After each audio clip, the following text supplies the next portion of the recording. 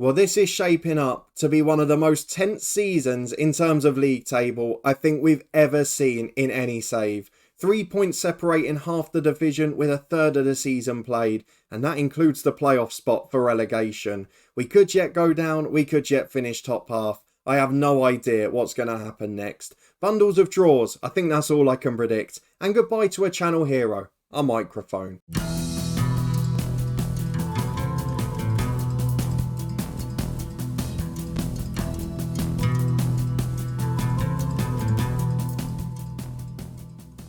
Yes, hello and welcome along to part 20 of Lifting Spirits with me, Daniel. We are back today with Distillery for a massive League Cup quarter-final. We go away to Cliftonville, a top-tier side who we of course managed with great effect in FM20. We'll also play Dundela in the league because look at the state of it.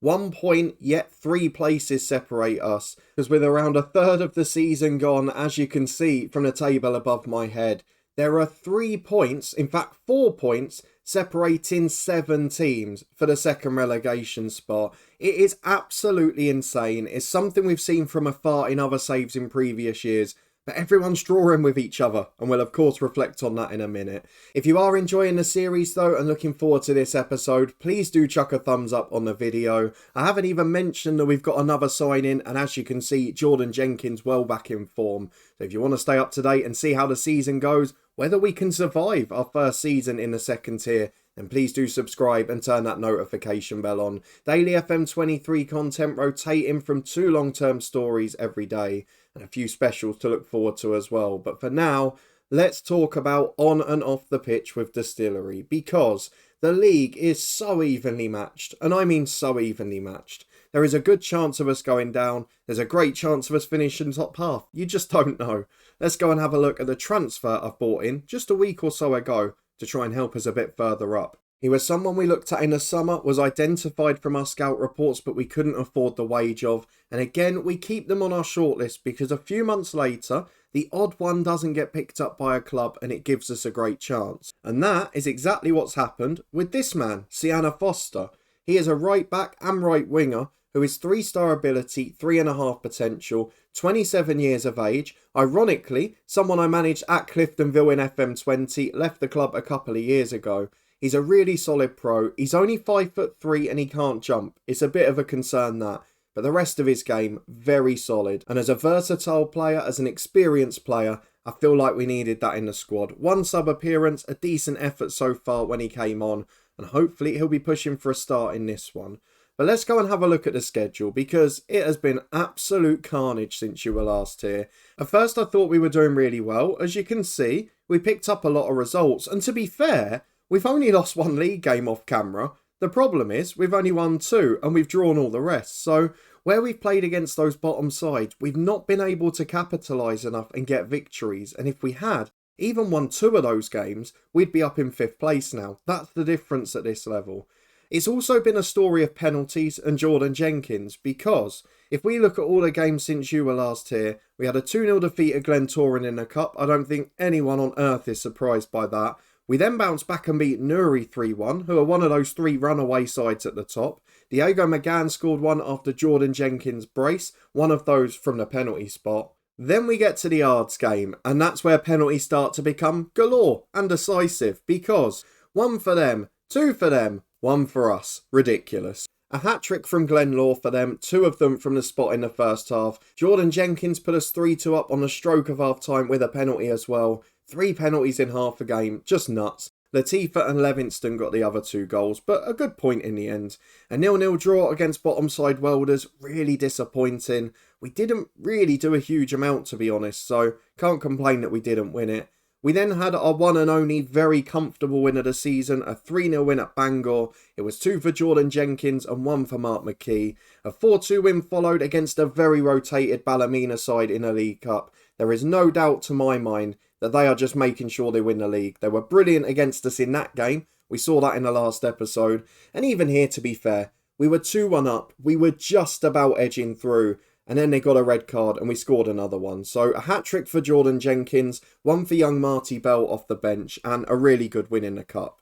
Since then though, no victories, only 1 defeat, but a lot of frustration. Against Institute, Owen McCall came back to haunt us. He equalised for them from the penalty spot. Another decisive penalty off camera. Orchin did get his first goal for the club though after Mark McKee had opened the scoring for us. A 1-1 draw away at Lothal followed. Chris Johnston sent off and we ended up clinging on. They had 2 offside goals ruled out after that 85th minute, but Darragh Levingston's early goal enough to get us a draw.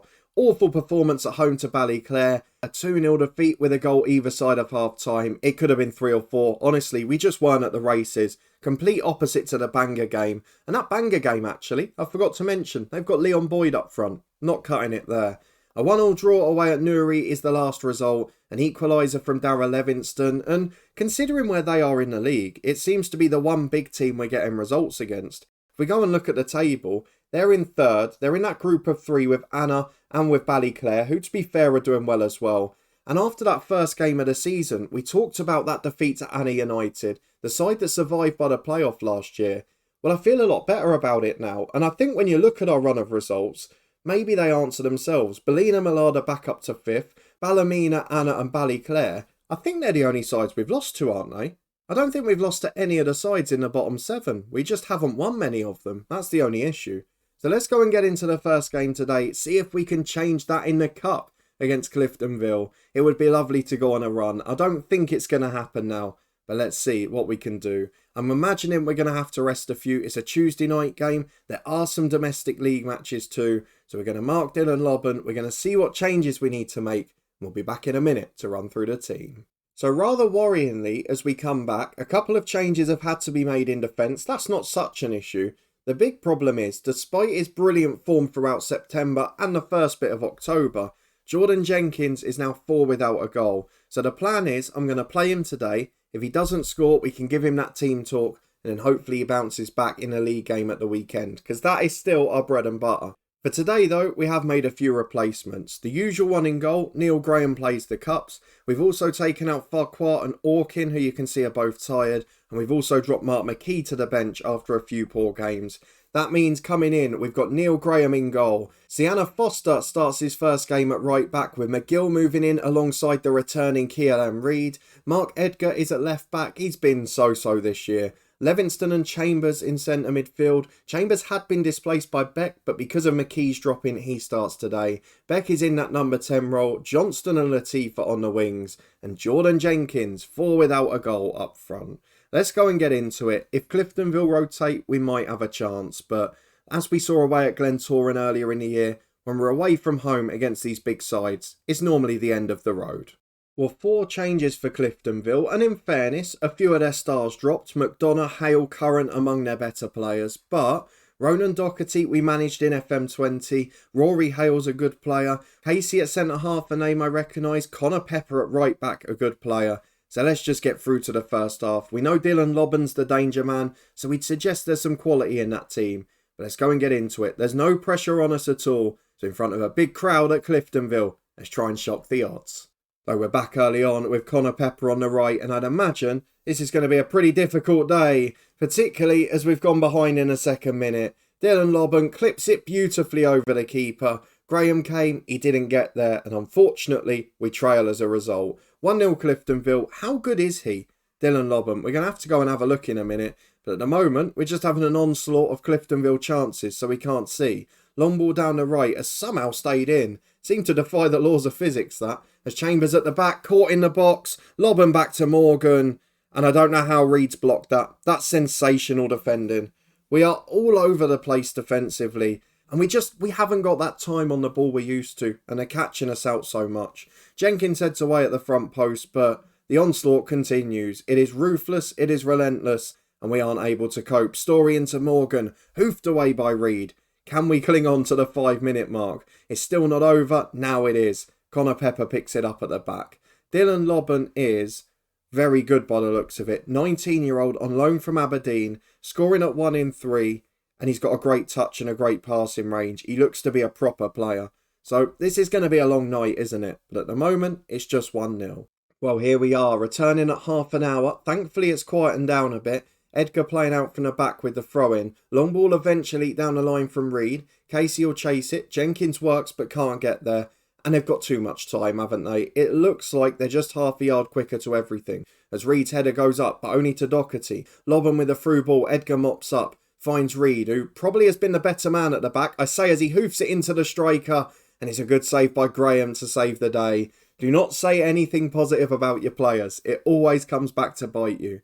As Connor Pepper with an in-swinging corner, right-footed to the back post, up goes Jenkins and McGill. And to be fair, they do really well with that. We're surviving, and at 1-0, you never know. But it looks like there's only going to be one winner. I'm surprised they've only had 6 shots, to be fair, because you feel like they've just been dominant throughout. As Pepper throws in by the corner flag again. Good attack from Hale into the box. Lobben can't make it. Foster away. Beck, some reason, just ducks out the challenge. Patterson finds low. Time on the ball, shoots from distance. I mean, that's awful goalkeeping.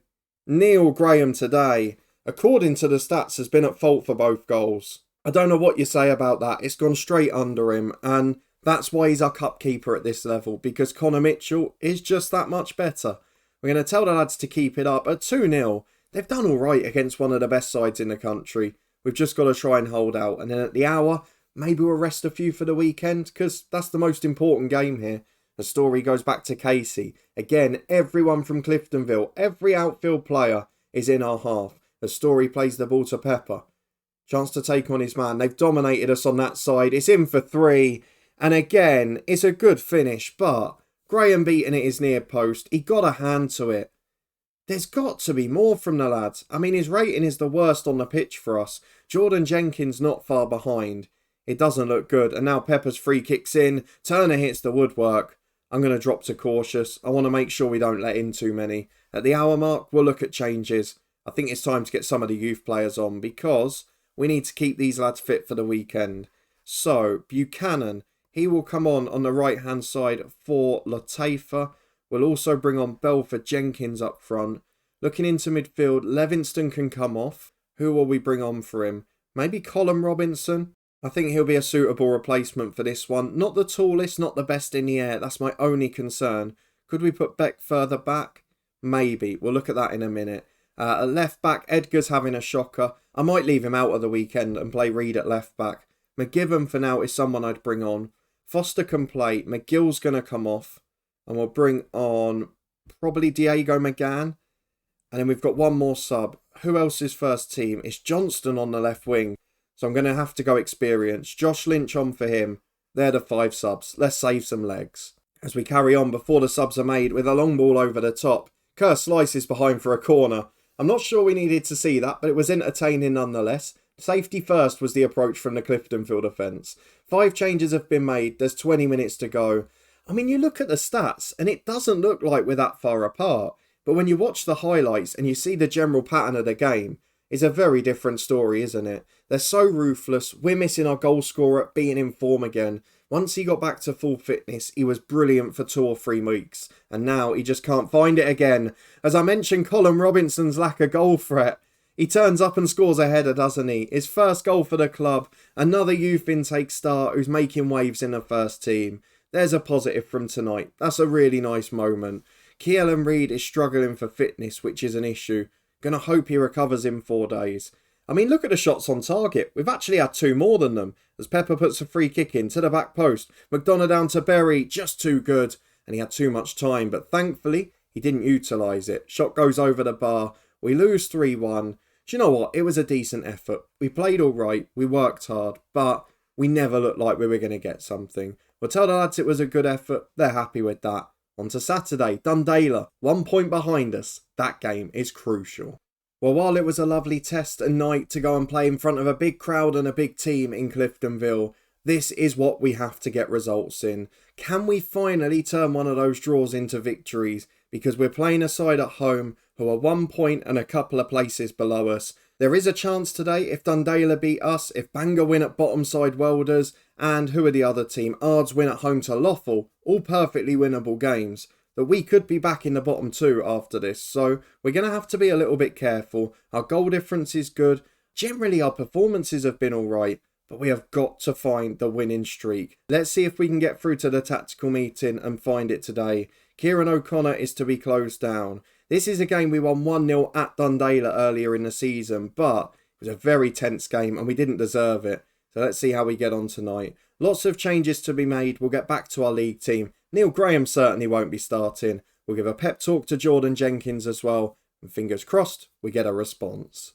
Well, after a chat with Jordan Jenkins and essentially reversing our midweek changes, we are back with this 11 for today's game. So the changes are Connor Mitchell back in goal. We've got Farquhar and Orchin back in at centre-half. Dropping out is Sienna Foster. McGill goes back to right back. And Edgar drops out for Reed, who shuffles over to the left.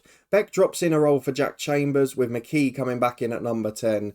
And I'm keeping faith with the front three. They're inconsistent. They're young. They're not brilliant, but I feel like this will be the day. We've had the chat. I hope it works because we really need to win. Let's go and get into this one and see if it's settled by penalties like every other game has been. So a decent side for Dundela. Jamie Reed up front, a good player. Kieran O'Connor, top class. There are little splatterings of quality throughout the team, but they are a side that we beat earlier in the season, albeit against the run of play, and we are yet to lose against a bottom half side. I know they're famous last words, but let's see if we can get a result today. A win would be preferable, but even a draw would keep us above the dotted line, and that is the main aim for this season. Well, 20 minutes on the clock. There's been nothing in this game so far as we're back for a long ball forward from Dundela. Farquhar mops up well and finds Latifa. Little backheel to McGill. Not sure I'm a fan of tricks in that area of the pitch. McKee chases it but can't get there. Long ball forward to Annette. I'm not sure where the fullback's going. Long ball over. It's too easy for O'Connor and it's a great save from Connor Mitchell. Down on his haunches, saves it with his leg and it's behind for a corner kick which will be taken by McGovern.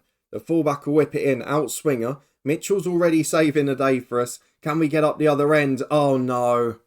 Why did I praise him? Why did I say he'd saved the day? Orchin doesn't win the header. Mitchell, I don't know what his wrists were made out of there. It went straight through him.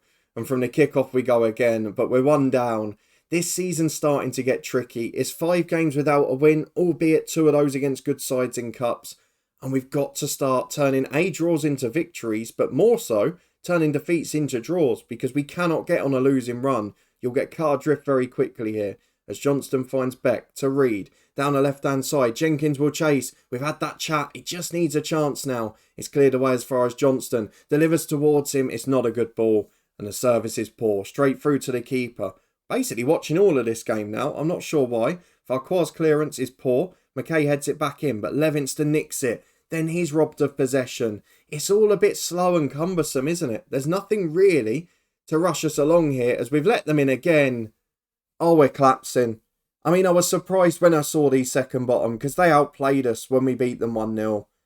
But this really isn't good. It's now going to be 6 games without a win. It's a really poor performance. And we've not even had a threat on their goal. I'm going to berate the lads because this has been shocking. And Farquhar's just giving it away on the byline again. He gets away with it and clears to Jenkins. Can we get some magic? He's up there, surrounded by 4. Still going down the wing though. Now support arrives.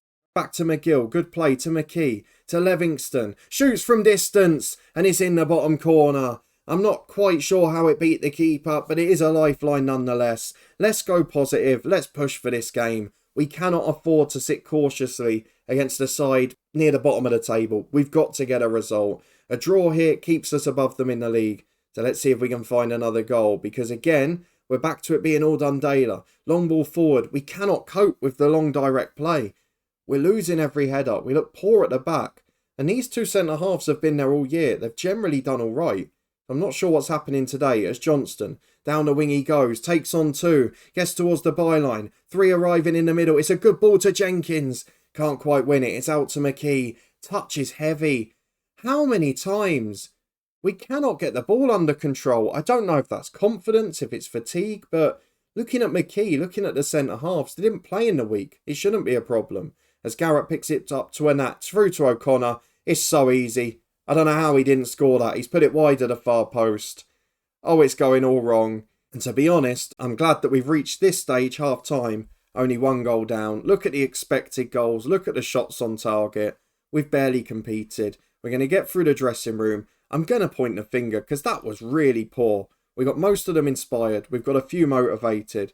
Beck still looks nervous. He will come off for Jack Chambers. Now let's see if we can react because that half was just not good enough. Well, after shades of the Ballyclare defeat in the first half, let's get back into the second, as Johnston picks the ball up on the left wing, carries it forward, goes sideways to Levingston, has support but just goes down the wing himself, back to McGill, chance to cross it, finds McKee and Jenkins, penalty kick.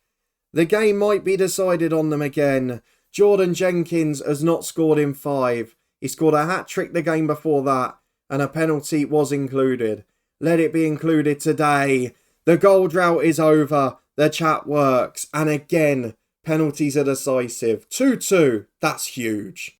And it's just got even bigger because Welders are beating Bangor at the bottom of the table, which means the bottom side will be on 13 points. We will be on 15. The bottom half of this table is going to go all the way. So with just over 15 to go, let's make a couple more changes. Keelan Reid hasn't done well at left back. Edgar on for him.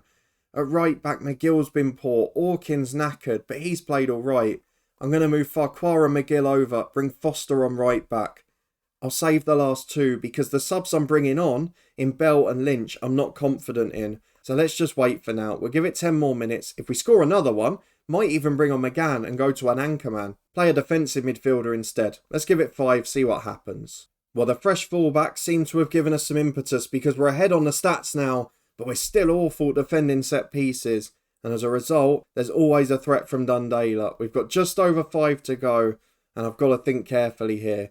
Buchanan could come on for Johnston, who's on a yellow and nervous. He has been sent off this year late on already. So Buchanan on the right, Latifa on the left, inverted winger on support, and then Jenkins or McKee. I tell you what, I'm going to drop Jenkins into number 10, Marty Bell up front. Let's go for it. If we're going to go, we go in a blaze of glory. Encourage the lads. You can get the winner. We're positive into stoppage time. 5 minutes of it. Are we going to get one more chance? Or are they? Because that looks the more likely. Annette turns and plays in behind. Well dealt with so far by Farquhar. Short to McGill. Long forward towards Marty Bell. Brings it down well. Has support from Chambers. Wide to the left-hand side. It's under hit. But Edgar makes something of it. Latifa finds Levingston. Has support on the right from Buchanan. Good run, but the pass didn't have enough. And it's back to the keeper who clears away. Only as far as Sienna Foster, the new boy. Chips over to Buchanan. Can't get there. It's headed away. You still don't know what's happening here as Jenkins blocks the clearance. Shoots just over the bar. Oh, that was the chance. That was the one. But it just goes begging. And yet again, just to validate my point of the last month or two, it is another draw in a league. Every side is so evenly matched. And look at the stats even. 17 shots to 15, 6 on target to 5. The expected goals 0.1 apart. I mean, even a fouls, corners and cards are similar. The only difference is we're trying to keep the ball. But we've done well. We've come back and got a point from 2 down. It could have been a lot worse. We could have been bottom of the league. But as it is, we're in big relegation trouble. Let's have a look at the table. Look at that. The whole bottom half are separated by 3 points. The rest are starting to run away now. But if we can take advantage, if we can get something from our game in hand, we will be in good nick. But there is nothing to stop the tension here. Let's go and have a look at when we're next going to be back. We've got to find 2 league games. Well, I'm looking at those last 3 games in January. I know it's a little while to go to get to it. But Welders, Bangor and Ards, all in that bottom half mix with us at the minute. We've got Ards and Lothal at the end of December as well, to be fair. So it will probably just depend on how the table shapes up over the next 6 or 7 weeks. I know we've got 2 tricky away games now, but then Bangor and Welders at the end of this month. We've got to start picking up points. I might try and tweak a few little things tactically just to see if we can create more clearer chances. But overall, we are competitive. Maybe it's just 1 or 2 more signings. Maybe it's a little bit more quality. Maybe it's a tactical tweak. We've got 2 suspensions for Tuesday night. The games are coming thicker and faster now. We're running out of players that are fully fit. There's a lot of fatigue in the squad. But if you did enjoy this episode, another tense draw, it is so tight down at the bottom, then please do put a thumbs up on it. Subscribe for daily FM23 content. Of course, we'll be back with the head coach tomorrow. I mean, you've got to get up to date with that story. It's by far our most tense and frustrating head coach story yet. If you're not up to date with that one, I'll put it in the eye above, in addition to the Twitch channel and our mobile first look. I'll also put the playlist above my head now. So if you haven't seen it yet, do get up to date. And I'll see you back here in a couple of days' time for more relegation 6-pointers with Distillery.